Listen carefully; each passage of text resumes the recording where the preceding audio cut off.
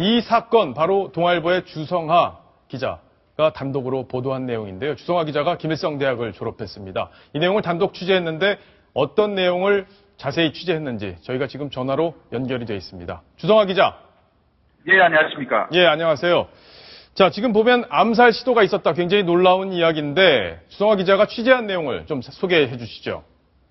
예, 앞서 말씀드린 것 같이 유경은 시찰 시에 기관총이 발견된 건 맞습니다. 기관총이요? 예. 네, 기관총 발견됐는데 이 기관총이 북한은 총기 소유가 엄격하게 통제돼가지고 아마 세계적 수준인데 이 기관총이 북한 군부에서 만약에 없어졌을 경우에는 바로 추적이 가능하지만은 이번에 발견된 기관총은 일렬번호가 없는 겁니다. 그러니까 군부 내에서 이렇게 발견됐다고 해서 보기에는 너무나 찾을 수가 없고 해외에서 들어온 것이 분명한 기관총인 거거든요.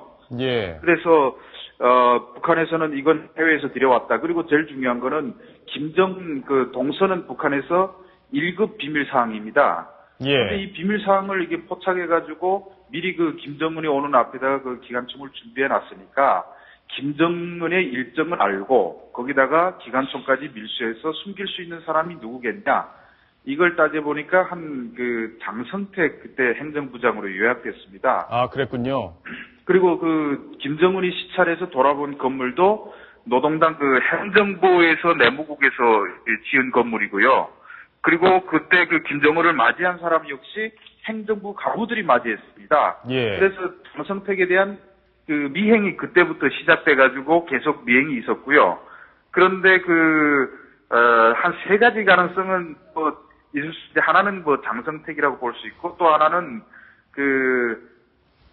군부의 제2의 인자라고 하던 리영호 총참모장이 숙청된 지 그때 한 3개월밖에 안 됐을 때였습니다. 아, 예, 예. 그러니까 군부의 인맥이 탄탄하던 리영호 총참모장이 숙청됐으니까 거의 잔당들이 그렇게 시도했을 수도 있고요. 예. 또 하나는 조직 지도부에서 장성택을 몰아내려니까 이런 김정은을 암살하려 했다 이런 건수로 몰아서 잡아야 총살까지 할 수 있지 않습니까? 그렇죠.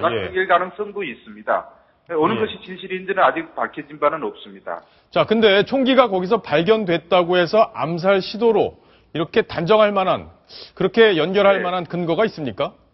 북한에서 일반적으로 예. 이렇게 김정은 시찰하는 그런 장소가 아니더라도 평양에서 총기가 발견될 수가 없는 겁니다. 아, 예. 왜냐하면 모든 총기는 다 등록돼가지고 없어지게 되면 바로 신고가 들어가는데 김정일 같은 경우는 어느 함경도에서 총기가 분실됐다 그러면 거기를 안 갑니다.